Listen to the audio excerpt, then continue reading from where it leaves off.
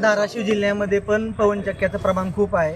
ज्या पवनचक्कीमुळे बीडमध्ये जो हत्याकांड झालेला आहे त्याच पद्धतीने तेच जर मंत्री आपल्या इथं आले तर तोच प्रकार तेच लागे दौरे या ठिकाणी होतील.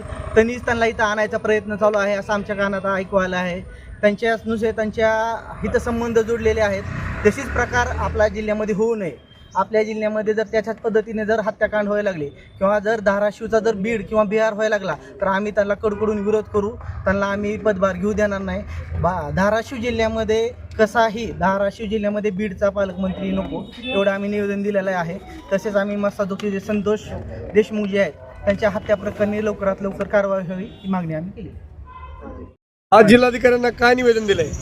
आज जिल्हाधिकाऱ्यांना सर्व धर्म सर्व पक्ष सर्वांच्या वतीनं मराठा समाजाच्या व इतर सर्व समाजाच्या भावना ज्या भावना जी बीडमध्ये घडलेली संतोष देशमुखांची जी क्रूर हत्या घडली, जी इतिहासात कधी न संभाजी महाराजांनंतर पहिल्यांदाच अशी घटना घडली आहे, त्या घटनेचा निषेध म्हणून आम्ही कलेक्टर साहेबांना निवेदन दिलं की बाबा जी बीड जिल्ह्यातले पालकमंत्री आहेत, माजी पालकमंत्री धनंजय मुंडे व पंकजा मुंडे या दोघांपैकी कुणीही इथं धाराशिव शहराला धाराशिव जिल्ह्याला पालकमंत्री म्हणून नको आहेत.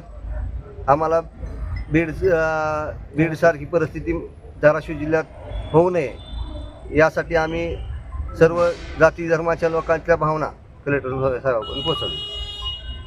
तर पालकमंत्री म्हणून जर नेमणूक झाली तर आपण काय पुढला आम्ही त्यांना इथं कारभार हातात घेऊ देणार नव्हती, चार्ज घेऊ देणार नव्हतो. आमचा विरोध कायम राहील.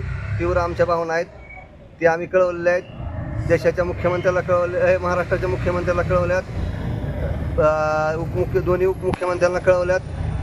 त्यांनी आमच्या समाजाच्या सर्व जाती धर्माचा विचार करून एकतर त्यांना मंत्रिपदावरच हाकलावं आणि पालकमंत्र्याचा विषय लावला. भावनाची कदर करावी सगळ्या समाजाला.